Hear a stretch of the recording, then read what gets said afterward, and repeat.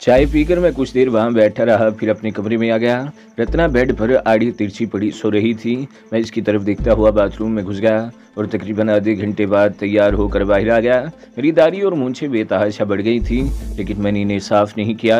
मुझे इस हुलिये में पहचानने वाले एक दो ही रह गए थे। मैं चाहता था वो भी सामने आ जाए तो इनसे भी निमट लिया जाए। 2 बजे के करीब मैंने सुमित्रा के साथ बैठकर खाना खाया।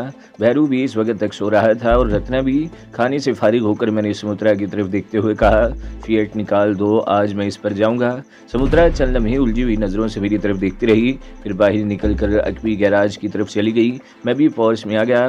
10 मिनट बाद समुद्रा फिएट ड्राइव करती हुई पोर्च में आ गई और नीचे उतरकर मुझे रुकने का इशारा करके अंदर चली गई। इसकी वापसी में 5 मिनट से ज़्यादा नहीं लगे। इसके हाथ में चुनरी किस्म का कोई कपड़ा था। ये क्या है? मैंने सवालिया निगाहों से इसकी तरफ देखा।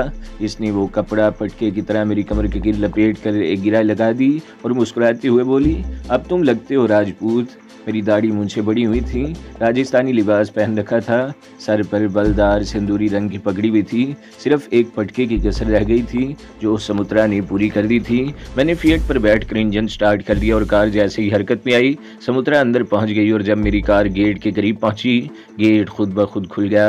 मुझे समझने में देर नहीं लगी कि समुद्रा ने अंदर जाकर इंटरकॉम के करीब लगा हुआ स्विच ऑन कर दिया था, जिससे गेट खोला और बंद किया जा सकता था।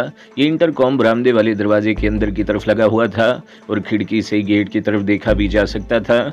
मैंने हाथ बाहर निकाल कर हिला दिया और गेट से निकलते हुए कार की रफ्तार बढ़ा दी। ये फिएट कार देखने में अगरचे पुरानी सी लगती थी, लेकिन इसका इंजन बेहतरीन हालत में था। डैशबोर्ड का जायजा लेते हुए मेरी नज़र फ्यूल बताने वाली डायल की तरफ उठ गई। टैंकी में पेट्रोल कम था। कुछ आगे निकलकर मैंने कार एक पेट्रोल पंप पर रोक ली और टैंकी फुल करवा ली। उस रात हम हिल्टन में इस कार पर आए थे। होटल के पार्किंग गेट में दाखिल होते हुए तो शायद किसी ने नोटिस नहीं लिया होगा, लेकिन छठी मंजिल पर हंगामे के बाद जब हम लोग वापस भागे थे तो शक्तिलाल के एक आदमी ने गेट पर कब्जा कर रखा था और होटल में आने वालों को बाहर ही रोका हुआ था। हम इस फिएट पर बड़ी तेजी से होटल से निकले थे। मुमकिन है बाहर खड़े हुए लोगों ने इस कार को देखा हो, मगर मैं दावे से कह सकता हूं कि इसका नंबर किसी ने नोट नहीं किया होगा। वैसे शहर में इस रंग की कई कारें थी और ज़रूरी नहीं था कि इस कार को पहचान लिया जाए, इसलिए आज मैंने इस कार पर आने का फैसला किया था। गुज़श्ता रात हमारे पास सफ़ेद टोयोटा थी। पुलिस ने इस कार का पीछा भी किया था। ताक़ुब करने वाली पुलिस की गाड़ी बहुत दूर थी। जाहिर है इतनी दूर से वो कार का नंबर नोट नहीं कर सकेगी, मगर इनके जहन में सफ़ेद कार ज़रूर होगी। हो सकता है सफ़ेद कारों को चेकिंग के लिए रोका जा रहा हो, इसलिए मैंने आज इस सफ़ेद टोयोटा की बजाय इस फिएट को तरजीह दी थी। जब मैं बस स्टैंड के इलाके में पहुंचा तो 2:45 बजे थे। मैं कार को मुख्तलिफ छोटी सड़कों पर घुमाता रहा और फिर ठीक 3 बजे इसे मुंबई कालिया रेस्टोरेंट के सामने वाले पार्किंग प्लॉट पर रोक लिया। नीचे उतरकर मैंने अपने आप का तनकीदी जायजा लिया और राजपूती शान से रेस्टोरेंट की तरफ चलने लगा। मुंबई कालिया एक मायारी रेस्टोरेंट था। शीशे वाले 2 दरवाजे पर हिंदी और अंग्रेजी हरूफ में दाखिला हकूक़े महफूज लिखा हुआ था, जिसका मतलब था कि रेस्टोरेंट शुरफा के लिए मखसूस था और होटल की इंतजामिया किसी भी शख्स को नापसंदीदा करार देते हुए कान से पकड़ कर बाहर निकाल सकती थी। मैं 1-2 मरतबा पहले भी यहाँ चुका था और शराफत की आड़ में यहाँ जो कुछ होता था इससे भी वाकिफ था। होटल की तरफ बढ़ते हुए अचानक ही मेरे जहन में ख्याल आया कि शक्ति को यहाँ बुलाकर गलती तो नहीं की। मुमकिन है इसके हुलिये की वजह से इसे अंदर ही न दाखिल होने दिया जाए, लेकिन फिर इस ख्याल को जहन से झटक दिया। शक्ति जैसे लोग अपना रास्ता बनाना जानते हैं। मैं जैसे ही करीब पहुंचा दरबान ने दरवाज़ा खोल दिया। मैंने इसकी तरफ देखते हुए राजपूताना शान से सर हिलाया और अंदर दाखिल हो गया। बहुत वसी और ये हाल था। मेज़ें एक दूसरे से कदरे फासले पर बड़ी सलीके से रखी हुई थी। आखिर में झोंपड़े की तर्ज के बने हुए कई प्राइवेट केबिन थे। बाएं तरफ ऊपर जाने का जीना था। जीने के साथ दीवार पर फैमिली रूम्स की प्लेट लगी हुई थी। ऊपर भी इसी तरह के केबिन थे, इसलिए जीने पर सिर्फ इन ही लोगों को जाने की इजाज़त थी जिनके साथ ख़वातीन हो, और मैं जानता था कि ऊपर इन फैमिली केबिन में क्या होता है। मैं दरवाजे से 2 कदम आगे बढ़कर रुक गया और मुतजस्सिस नज़रों से इधर उधर देखने लगा। हाल में बहुत मदम रोशनी थी। बहुत हल्की मौसीकी अजीब सा तासुर दे रही थी। दाएं तरफ 5वीं मेज़ पर एक औरत और मर्द बैठे हुए थे। मैंने सरसरी से अंदाज में इनकी तरफ देखा था, लेकिन इस शख्स के हाथ हिलाते देखकर मैंने दोबारा इस तरफ देखा और मेरे होंठों पर मुस्कुराहट आ गई। वो शक्ति था। पहली नज़र में वाकई इसे नहीं पहचान सका था। सलीके से तराशे हुए बाल, दरमियान से मांग निकली हुई, हिंदू होने की खास निशानी, माथे पर सुर्ख टीका, क्लीन शेव, सफ़ेद शर्ट और गहरी नीले रंग की जीन्स, पैरों में नए जोगर्स। इसे देखकर कोई भी नहीं कह सकता था कि ये कोई बदकुमाश और बदमाश आदमी है। बड़ा शरीफाना चेहरा था और उसके साथ लड़की भी पूरी पोपट किस्म की थी। इसकी उम्र 24-25 के लगभग रही होगी। दराज कामत, सडोल जिस्म, बड़े तीखे नक्श, गुलाबी रंगत और गजाल जैसी मोटी आंखें जिनमें सितारों जैसी चमक थी। मुझे याद आया कि शक्ति ने पहले बताया था कि इसकी पार्टी में चंद अफराद का इजाफा हो चुका है, जिनमें 2 छोकरियां भी शामिल हैं। और मुझे हैरत थी कि इस जैसी हसीन छोकरी शक्ति के हाथ कैसे लग गई, जबकि एक रोज़ पहले तक शक्ति का हल्का भी ऐसा था कि कोई शरीफ आदमी इसके करीब फटकना भी पसंद नहीं करता था। लेकिन फिर यह ख्याल आया कि ये लड़की अगर शरीफ होती तो शक्ति जैसे आदमी के करीब ना आती। इन दोनों ने उठकर मेरा इस्तकबाल किया। शक्ति ने तो हस्बे मामूल झुककर मेरे चलन छुए थे। ये मधु है गुरु, शक्ति ने इसका तारुफ करवाया। साली को कोई ओल नहीं मिला था, मुझ पर ही मर मिटी। शक्ति के इस जुमले पर मैं मुस्कुराए बगैर नहीं रह सका। मधु भी मुस्कुरा दी और फिर चंद मिनट की गुफ्तगू के बाद ही मैंने अंदाज़ा लगा लिया कि मधु बड़ी बेतकल्लुफ़ और बेबाक किस्म की लड़की थी। हम जितनी देर वहाँ बैठे रहे वो मेरी तरफ ही मुतवज्जा रही। इसने साड़ी पहन रखी थी, ब्लाउज एक तो वैसे ही मुख्तसर था और इस पर सितम ये कि वो बार बार इस तरह पहलू बदलती कि मैं इसकी तरफ देखने पर मजबूर हो जाता। बम्बई कालिया रेस्टोरेंट में भी लड़कियां ही सर्व करती थी। शक्ति ने वेटर को बुलाकर काफ़ी मंगवा ली और वो काफ़ी की चुस्की लेते हुए बोला, तुमने फ़ोन पर ठाकरे के बारे में कुछ कहा था, इसके बारे में क्या कुछ जानते हो? इसकी बल्दियत मशकूक है, मैंने कहा और फिर अमृत ठाकरे के बारे में वो सब कुछ बता दिया जो भैरू सिंह से मालूम हुआ था। तुम तो इसका पूरा शजरा जानते हो गुरु, शक्ति हैरत से मेरी तरफ देखते हुए बोला। अगर किसी दुश्मन के खिलाफ कामयाबी हासिल करना चाहते हो तो तुम्हें इसके बारे में सब कुछ मालूम होना चाहिए, मैंने कहा। बहरहाल कल रात वशिम्बर सिंह मुझे अमृत ठाकरे के पास ही ले जाना चाहता था ताकि मुझ पर तशद्दुद करके पंडित भैरू के बारे में मालूम कर सकें। वो भैरू की दौलत हासिल करना चाहता है।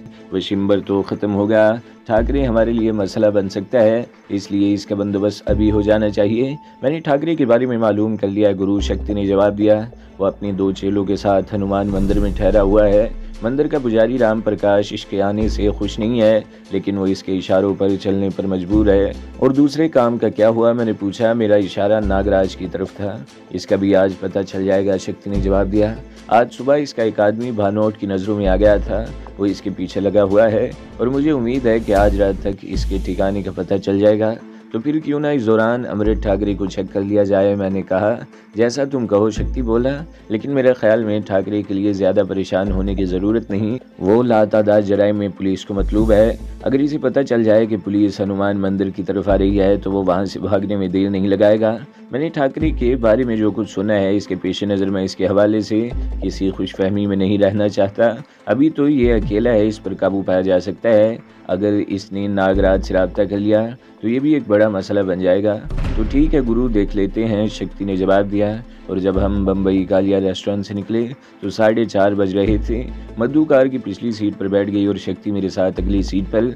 मैं कार को मुख्तलिफ सड़कों पर घुमाते हुए नेहरू मार्ग की तरफ ले आया और फिर इसे हनुमान मंदिर की तरफ जाने वाली सड़क पर मोड़ दिया। इस तरफ 2-3 और तारीखी नौइयत के जीन मंदिर भी थे, इसलिए इस वक्त इस सड़क पर किसी कदर रौनक भी थी। इस रूट पर 2 बसें भी चलती थीं जो एक मखसूस पॉइंट तक जाती थी। शाम का अंधेरा फैलते ही ये बसें भी बंद हो जाती थीं। नेहरू मार्ग से तकरीबन 2 मील आगे निकलने के बाद मैंने कार दाएं तरफ एक और सड़क पर मोड़ ली। इस सड़क के दोनों तरफ छोटे छोटे टीले थे जो सब्जे से ढके हुए थे। रंग बिरंगे जंगली फूल खुशनुमा मंजर पेश कर रहे थे। इस सड़क पर तकरीबन 2 फरलांग आगे हनुमान मंदिर था। ये भी एक कदीम मंदिर था मगर ज्यादा बड़ा नहीं था। यात्रियों की एक बड़ी तादाद इस तरफ आया करती थी। मंदिर से जरा पहले सड़क के दोनों तरफ छोटी छोटी दुकानों का सिलसिला शुरू हो गया। फूल, मूर्तियाँ, नारियल, मिठाई और बहुत सी चीज़ें जो भेंट के तौर पर मंदिर में चढ़ाई जाती थी। मैंने कार एक तरफ खड़ी कर दी। 4, 5, 6 गाड़ियाँ पहले ही खड़ी थीं। इस वक्त यात्रियों की एक माकूल तादाद यहाँ मौजूद थी। लोग मंदिर में आ जा रहे थे। हमने एक बूढ़ी औरत से कुछ फूल खरीद लिए और मंदिर की तरफ चलने लगे। मंदिर एक टीले पर था और इस तक पहुँचने के लिए कुशादा सीढ़ियाँ बनी हुई थीं। सीढ़ियों की दोनों तरफ भिखारी चादरें बिछाए बैठे हुए थे। मंदिर से वापस आने वाले यात्री इन भिखारियों के सामने कुछ न कुछ डाल देते। मंदिर की इमारत बाहर से बज़ाहिर छोटी लगती थी मगर अंदर से हॉल बहुत बड़ा था। सामने ही चबूतरे पर हनुमान की एक बड़ी मूर्ति रखी थी, जिसके सामने फूलों और भेंट के तौर पर चढ़ाई जाने वाली चीज़ों का अंबार लगा हुआ था। मूर्ति के सामने फूल चढ़ाने के बाद हम भी दूसरे लोगों की तरह इधर उधर घूमने लगे। मैंने जल्दी अंदाज़ा लगा लिया कि इस मंदिर में कोई तहखाना या खुफिया रास्ता भी है। मेरी छठी हिस्स बार बार किसी गड़बड़ का एहसास दिला रही थी। मैंने कई मरतबा महसूस किया जैसे कोई मेरी निगरानी कर रहा हो। मैंने कई बार मुड़कर इधर उधर भी देखा, मगर आसपास कोई मुश्तबा शख्स दिखाई नहीं दिया। एक मरतबा मुड़कर देखा तो मधु एक पुजारी से बातें कर रही थी। वो पुजारी हाथों से इशारे करते हुए गालबन से इस मंदिर के बारे में बता रहा था। शक्ति मेरे साथ साथ था। चंद मिनट बाद दोबारा इधर उधर देखा तो मधु कहीं नजर नहीं आई और ना ही वो पुजारी नजर आ रहा था जिसके साथ वो बातें करती हुई देखी गई थी। शक्ति परेशान हो गया। वो मधु को इधर उधर तलाश करने लगा। बाहर भी देख कर आया, मगर मधु कहीं नहीं थी। ये कहाँ गायब हो गई? वो एक बार फिर इधर उधर देखकर बिड़बिड़ाया, यहीं कहीं होगी, चिंता क्यों करते हो, आ जाएगी, मैंने कहा। और फिर मुझे वो पुजारी नजर आ गया। करीब से गुजरा तो मैंने इसे रोक लिया। महाराज, कुछ देर पहले मेरे इस दोस्त की पत्नी वहाँ खड़ी आपसे बातें कर रही थी, कहाँ चली गई वो? मैंने कहा। वो देवी, पुजारी बोला, महाराज स्वामी विश्वनाथ का आशीर्वाद लेने गई है। बड़े महान और ज्ञानी है स्वामी जी, इनके आशीर्वाद से मन की हर आशा पूरी हो जाती है। आओ मेरे साथ आओ, मैं तुम्हें भी स्वामी जी के पास ले जाता हूँ। मैंने शक्ति की तरफ देखा और फिर हम दोनों इस पुजारी के पीछे चल दिए। एक राहदरी से होते हुए हम एक कमरे में दाखिल हुए। ये कमरा खाली था। सामने एक तख्त रखा हुआ था जिस पर मसंद बिछी हुई थी। यहाँ रुक जाओ, पुजारी ने हमें कमरे के वस्त में रोक दिया। स्वामी जी इस देवी के साथ अभी आते होंगे। पुजारी मसंद के करीब जाकर खड़ा हो गया और फिर दूसरे ही लम्हे मुझे यूं लगा जैसे मेरे पैरों तले से ज़मीन निकल गई हो। मैंने संभलने की कोशिश की मगर कामयाब न हो सका और ज़मीन की गहराई में गिरता चला गया। तकरीबन 10 फीट नीचे मैं अपने पैरों पर ही गिरा था। गिरते ही मैं लड़खड़ा तो गया था, लेकिन मैं फ़ौरन ही संभल गया। शक्ति भी मेरे करीब गिरकर कलाबाजियाँ खा गया था। वो बड़ी मुश्किल से उठ सका था। इसने दोनों हाथ कमर पर रखे हुए थे। इसकी कमर को झटका आ गया था। इसके चेहरे पर अजियत के तासरात साफ नज़र आ रहे थे। मैंने ऊपर देखा, छत से नीचे की तरफ लटके हुए 2 तख्ते आहिस्ता आहिस्ता ऊपर उठ रहे थे और फिर वो एक दूसरे के साथ मिलकर बराबर हो गए। मेरे मुंह से गहरा सांस निकल गया। यह खासा वसी और ईज कमरा था जिसके एक तरफ दरवाज़ा भी नज़र आ रहा था जो बंद था। मेरे जहन में अचानक ही मधु का ख्याल उभर आया। इसे मैंने इस पुजारी से बातें करते हुए देखा था और वही पुजारी हमें इस कमरे में लेकर गया था जहाँ से हम इस तहखाने में टपक पड़े थे। मेरी छठी हिस्स गड़बड़ का एहसास दिला रही थी। वो दुरुस्त निकला और मेरे जहन में अब मधु के बारे में शुबहात सर उभार रहे थे।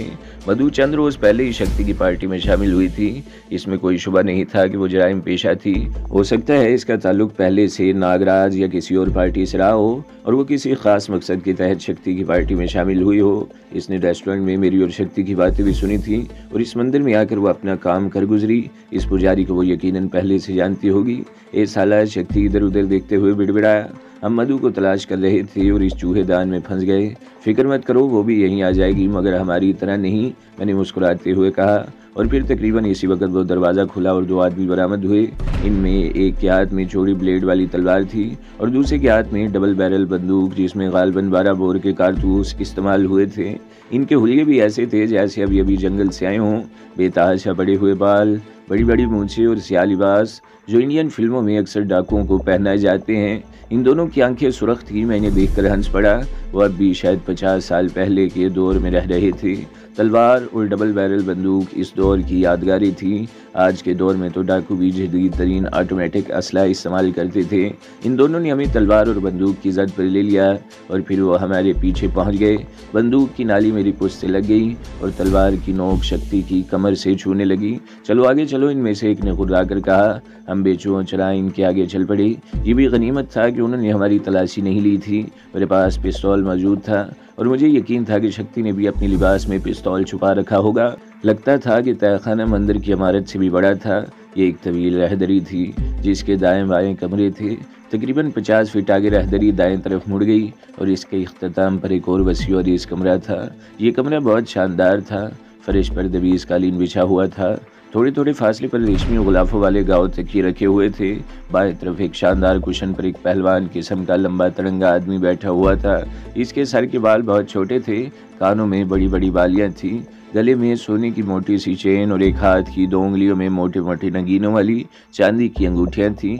इसने सफ़ेद धोती बांध रखी थी, ऊपर काले रंग की बास्केट थी जिसके बटन खुले हुए थे और बालों भरा सीना नजर आ रहा था। कमर पर चमड़े का चौड़ा बेल्ट बंधा हुआ था जिसमें खमदार खंजर अड़सा हुआ था। एक लड़की इसके घुटने से लगी बैठी थी जिसके जिस्म पर लिबास बराए नाम ही था। दूसरी लड़की को इसने बगल में दबोच रखा था, वो मधु थी। करीब ही दूसरी मसंद पर वो पादरी बैठा हुआ था जो मंदिर में हमें इस कमरे में लेकर गया था। मैंने कहा था ना कि मधु भी तुम्हें यहीं मिलेगी। मैंने शक्ति की तरफ देखकर मुस्कुरा दिया। इसकी तो शक्ति कहता वो आगे बढ़ा, मगर गद्दी पर पड़ने वाले घोंसे ने इसे जमीन चाटने पर मजबूर कर दिया। अमृत ठाकरे दोनों लड़कियों को एक तरफ धकेल कर उठ खड़ा हुआ। इसका कद 6.5 फीट से निकलता था।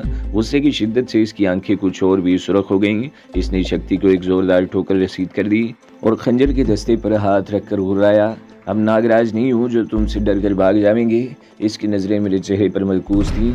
लोग हम का हरामी बोलत हैं और हम हूँ भी हरामी। हम का बाप भी हरामी था। हमने अपनी बहन के साथ बलात्कार का कोशिश किया था मगर वो साली बच गई। मैं तुम्हारे बारे में इससे भी ज़्यादा जानता हूँ। मैंने कहा ये सब हम तुम का इस वास्ते बतावत हूँ कि हम कितना बड़ा हरामी हूँ। इसमें क्या शुबा है। मैंने कहा हम लातन से बांध कर बंदे को यूं चीर देवत हैं। इसने हाथों की हरकत से बताया कि वो किस तरह बंदे को टांगों से पकड़कर चीर देता है। हम ठाकरे हूँ ठाकरे। वो बात जारी रखते हुए बोला, नागराज बुजदिल है, इसकी ताकत दूसरों में है। दूसरा साले मर गया तो वो भी भाग गया। हम अपने अंदर ताकत रखता है ये।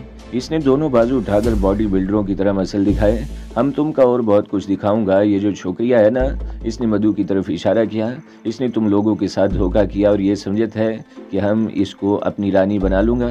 साली हमका एक टाइम नहीं संभाल सकेगी। वो चंद लम्हों को खामोश हुआ, फिर बोला, ये साला खूबसूरत छोकरी लोग किसी का नहीं होता, तुम्हारा भी नहीं। थाली का बैंगन माफक कभी उधर को लुढ़कता है कभी इधर को। तुम साला हमसे बात करो। मैं अब तक तुम्हारी बकवास का मतलब नहीं समझ सका। तुम कहना क्या चाहते हो। मैंने इसके चेहरे पर नजर जमाते हुए कहा, तुम हम का इस साले भैरू के पास ले जाओगे। बड़ी माया है इस हरामी के पास और हम का इस माया की ज़रूरत है। ठाकरे ने कहा, अगर मैं तुम्हें भैरू के बारे में कुछ न बताऊं तो। वो बेल्ट में अड़सा हुआ खंजर निकालते हुए बोला, तुम साला अकेला आदमी है जो भैरू के बारे में जानत हो। हम तुम का ऐसा काटेगा कि तुम खुद बोलेगा।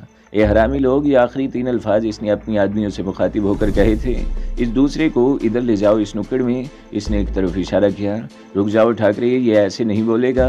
मधु उठकर इसके करीब आ गई। मैं बताती हूँ ये कैसे जुबान खोलेगा। ठाकरे ने खूनखार नज़रों से इसकी तरफ देखा और फिर इसके गिरबान पर हाथ डालकर जोरदार झटका दिया। ब्लाउज फट गया और मधु बरहना हो गई। साली हरामी, ठाकरे गुदाया, हम का बतावत है कि ये कैसे जुबान खोलेगा। अपने यार को बचाना चाहती है। मधु की आंखों में भी खून उतर आया और फिर इसने जो हरकत की वो हम सब की तवक्का के खिलाफ थी। इसने बड़ी फुर्ती से साड़ी के फाल में छुपा हुआ लेडी ऑटोमेटिक पिस्तौल निकाल लिया और इसके पहलू से लगाते हुए गुर्राई, साला हरामी, तुम समझते थे कि मैं इनाम के लालच में नहीं यहाँ लाई थी। ये खंजर फेंक दो और अपने आदमियों से भी कहो हथियार फेंक दें, वरना मैं इस छोटे से पिस्तौल की सारी गोलियां तुम्हारे शरीर में उतार दूंगी। ठाकरे अपनी जगह पर बेहिस्सो हरकत होकर रह गया, मगर इसने खंजर नहीं फेंका। मैं 3 तक गिनूंगी, अगर तुमने मेरे हुक्म पर अमल नहीं किया तो गोली चला दूंगी। मधु ने कहा और गिनती गिनने लगी। अभी इसने 2 ही कहा था कि ठाकरे ने खंजर फेंक दिया और अपने आदमियों को भी हथियार फेंक देने का इशारा किया। वो पुजारी इस दौरान अलग थलग बैठा रहा था, लेकिन सूरत हाल देखते ही वो बदहवास होकर एक झटके से उठ खड़ा हुआ। इसने दूसरी लड़की का हाथ पकड़ लिया। इसका चेहरा भी धुआं हो रहा था। पुजारी इसका हाथ पकड़े आहिस्ता आहिस्ता एक अंदरूनी दरवाजे की तरफ खिसकने लगा। इन दोनों आदमियों ने हथियार फेंक दिए थे। मैंने शक्ति को इशारा किया, वो तलवार उठाने के लिए झुका तो इन दोनों में से एक ने जय काली माँ का नारा लगाते हुए इस पर छलांग लगा दी। शक्ति बड़ी फुर्ती से एक तरफ हट गया और फिर संभलते हुए इसने भी बजरंग बली का नारा बुलंद करते हुए अपनी हरीफ की खोपड़ी पर एक जोरदार ठोकर रसीद की। दूसरा आदमी बंदूक की तरफ लपका था, लेकिन मैंने इसे अपने मकसद में कामयाब नहीं होने दिया। वो जैसे ही झुका, मेरी ठोकर इसके सीने पर पड़ी और वो कराहता हुआ पीछे उलट गया। मैंने इस पर एक ठोकर और लगा दी और ठीक इस लम्हे मधु की चीख सुनाई दी। अमृत ठाकरे ने भी सूरत हाल से पूरा फायदा उठाया था। वो बड़ी तेजी से नीचे झुका और मधु को टांगों से पकड़कर उछाल दिया। मधु चीखते हुए शक्ति से टकराई और वो दोनों जमीन पर ढेर हो गए। पिस्तौल अभी तक इसके हाथ में ही थी। गिरते हुए इसका ट्रिगर दब गया था। ठाकरे इस वक्त अपना खंजर उठाने के लिए झुक रहा था। मधु के पिस्तौल से निकली हुई गोली इसकी एक उंगली की पोर को उड़ाती हुई निकल गई थी। वो खंजर उठाए बगैर एक झटके से सीधा हो गया और इसने भी इस दरवाजे की तरफ छलांग लगा दी जहां पुजारी इस लड़की को लेकर गायब हो चुका था। मधु और शक्ति आपस में उलझे हुए थे और ठाकरे के दोनों आदमी मुझे लपेट गए थे। वो भगवान का नाम ले लेकर मुझ पर घोंसे बरसा रहे थे। इन कमबख्तों में फौलाद भरा हुआ था। वजनी हथौड़ों की तरह उनके हाथ थे जो मुझ पर बरस रहे थे। एक घोंसा सर पर लगा तो मेरा दिमाग घूम गया। आंखों के सामने नीली पीली चिंगारियां सिरक्स करती रहीं, फिर अंधेरे की चादर फैलने लगी। मैं अपने सर को जोर जोर से झटके देने लगा। इस दौरान फायरिंग की एक और आवाज़ गूंजी। इसके साथ ही मेरे कान के करीब एक चीख उभरी और यूं लगा जैसे कोई दरख्त जड़ से उखड़ कर मेरे ऊपर आन गिरा हो। मैं इसके बोझ तले दबता चला गया। फिर किसी ने वो बोझ मेरे ऊपर से उठाकर एक तरफ पटक दिया। मैं अब भी जोर जोर से सर झटक रहा था। मेरे दिमाग में धमाके से हो रहे थे लेकिन तारीकी बतदरीज छटने लगी। मुझे दोनों बाहों से पकड़कर उठा दिया गया। गुरु गुरु होश में आओ, ये शक्ति की आवाज़ थी जो किसी गहरे कुएं की तह से आती हुई महसूस हो रही थी। मैंने सर को 2-3 झटके दिए और फिर मेरा जहन साफ होता चला गया। मुझे शक्ति और मधु ने सवाल रखा था। सामने कालीन पर इन दोनों आदमियों में से एक की लाश पड़ी थी। इनके सर से खून बह रहा था। वो कहाँ गए? मैंने इधर उधर देखा। वो भाग गए गुरु उधर से। शक्ति ने अंदरूनी दरवाजे की तरफ इशारा किया। चलो पकड़ो उन्हें। मैं एकदम इस दरवाजे की तरफ लपका। अब मैं पूरी तरह अपने हवास में आ चुका था। तो दोस्तों, अगली किस्से सुनने के लिए हमारे चैनल को ज़रूर सब्सक्राइब करें, वीडियो को लाइक करें और बेल के आइकन पर भी क्लिक कर दें ताकि हर जो आने वाली वीडियोज़ हैं वो आपको सबसे पहले मिलती रहें।